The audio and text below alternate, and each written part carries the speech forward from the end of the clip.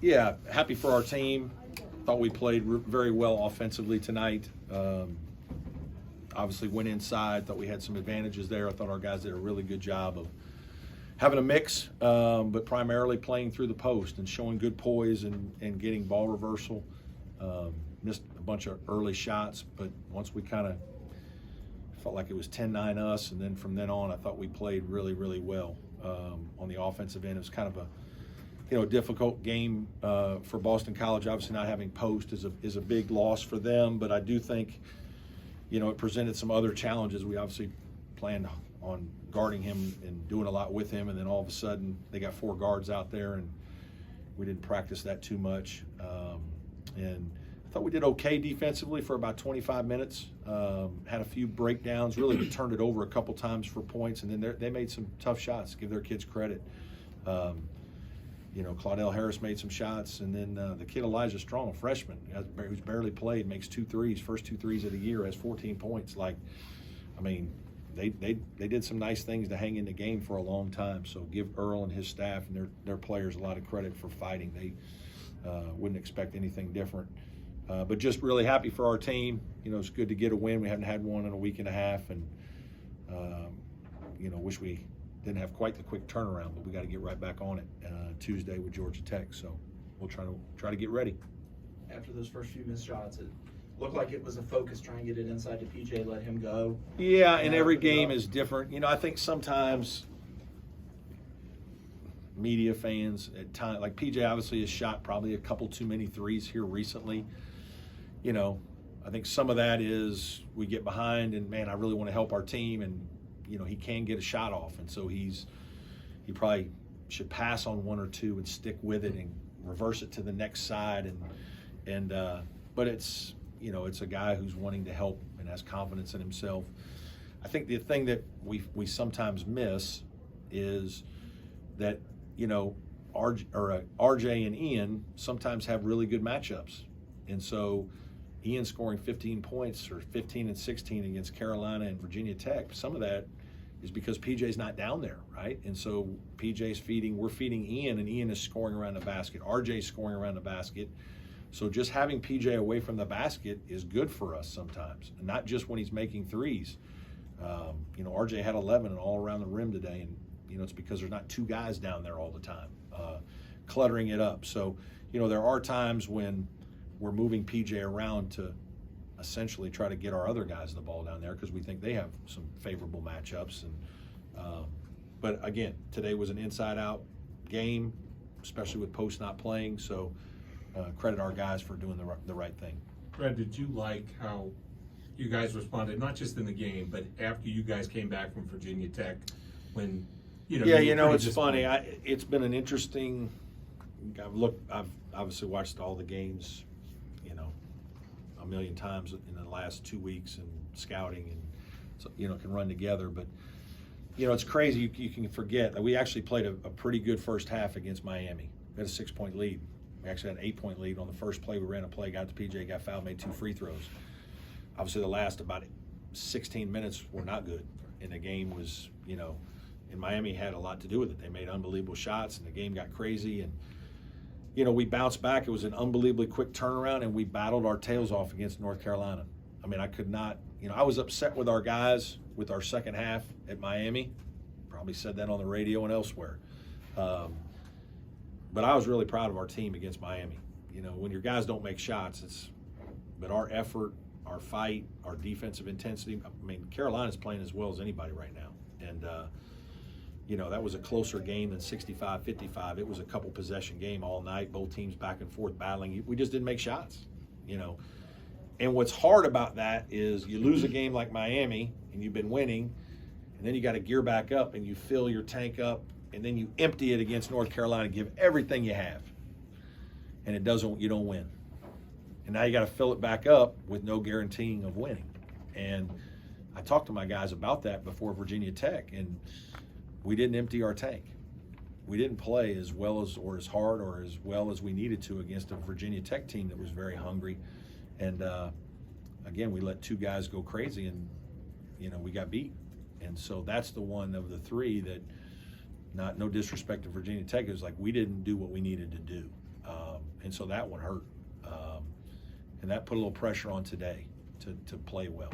And you know, it's funny. I actually, instead of watching film, was it Thursday morning when we got back,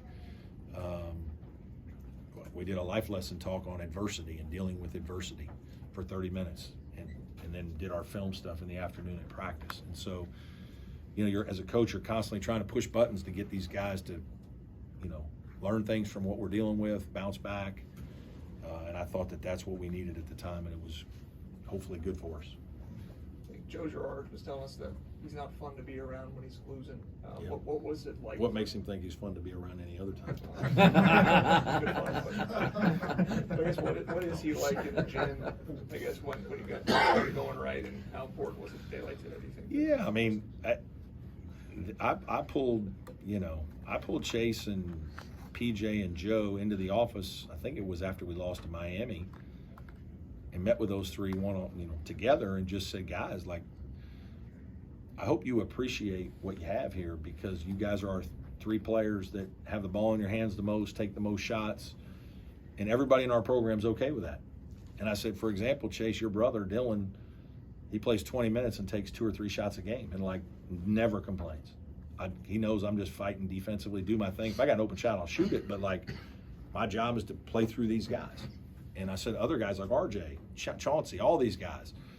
And so I said, and that's fun, and you guys get interviewed all the time and go to media day, and press writes great things about you, but when you guys play poorly, we probably are going to lose. And so there's responsibility with being the best players. Like, they know that. It's not any earth-shattering thing, but my point was, like, you guys need to work together. Like, you three guys on the court, like, you're even more connected than everybody. Like, you guys are out there the most, you're taking the most shots, the ball's in your hands, you should be communicating the most, you should be. And there are times, and this is the hard part with Joe being new and Chase being a little quiet, is getting them to do all of that. Because I said, everybody's watching you three, like the coaching staff, the other players. We're reading your body language. How excited are you? How nervous are you? Where's your poise? Where's your fight? And that just goes with the territory of being a good player, and it goes with the territory of being the head coach. Everybody's watching me too. So it's really all four of us have to be connected at all times. And so, you know, we've talked about a lot of those things. They all really care. They all really want to win. They're disappointed in themselves when they don't play well. And so that's hard. Obviously, Joe's been upset because he hadn't played very well. He didn't play very well against Virginia Tech, and he missed some shots against UNC, but, he's too good a player. That's what I told him. You guys are all good players. Like, you're going to have a bad game. It happens. Like, get past it. Like, move on. Let's go. Like, the stuff happens so fast, and there's not that many games left in your guys' careers. You guys want to enjoy this. And so I'm glad. I'm happy for him. Chase didn't score as much tonight, but I thought he was just really solid. It takes discipline to know that, like, PJ and RJ and Ian inside have the advantage. We're going in there a lot, and not to just take wild shots and do things. And with Chase running the team, I thought he did a really good job of that today. So I'm happy for those three and proud of them, and it's good that they feel a little bit better about themselves. We got to keep it going with a good performance on Tuesday. Was Jack available? He was available today for the first time. He practiced the last 2 days. He's spot practiced.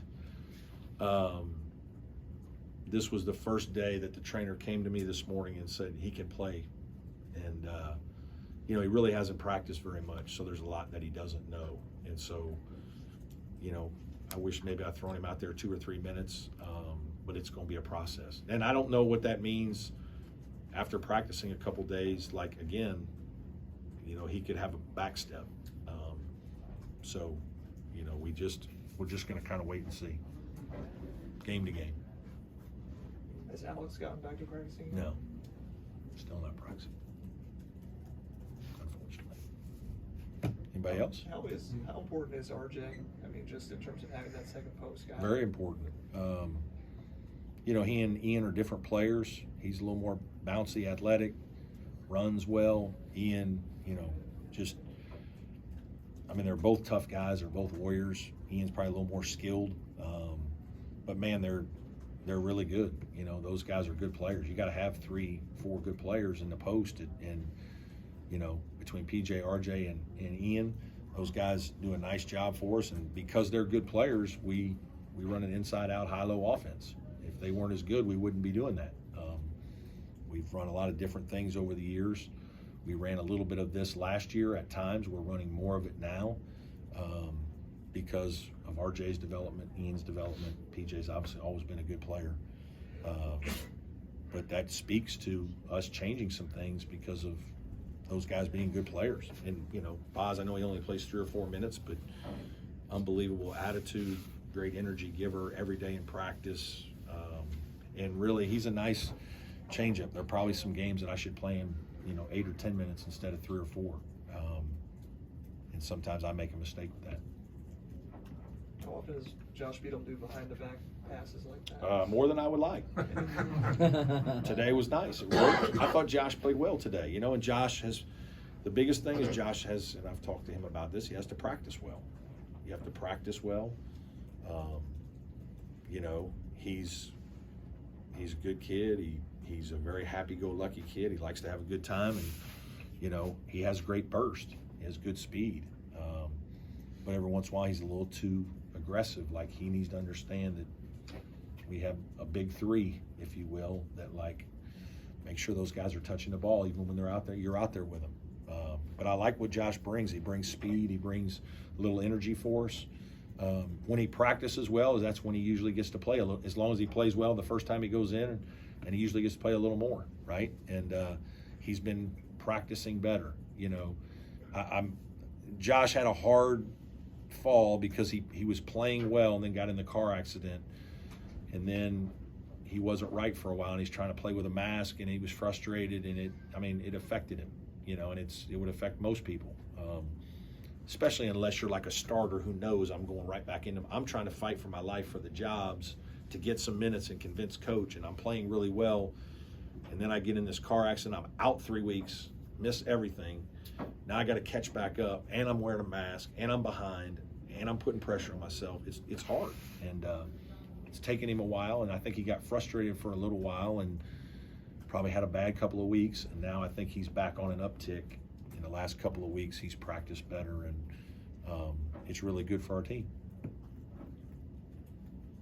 Anything else for Coach? That's it.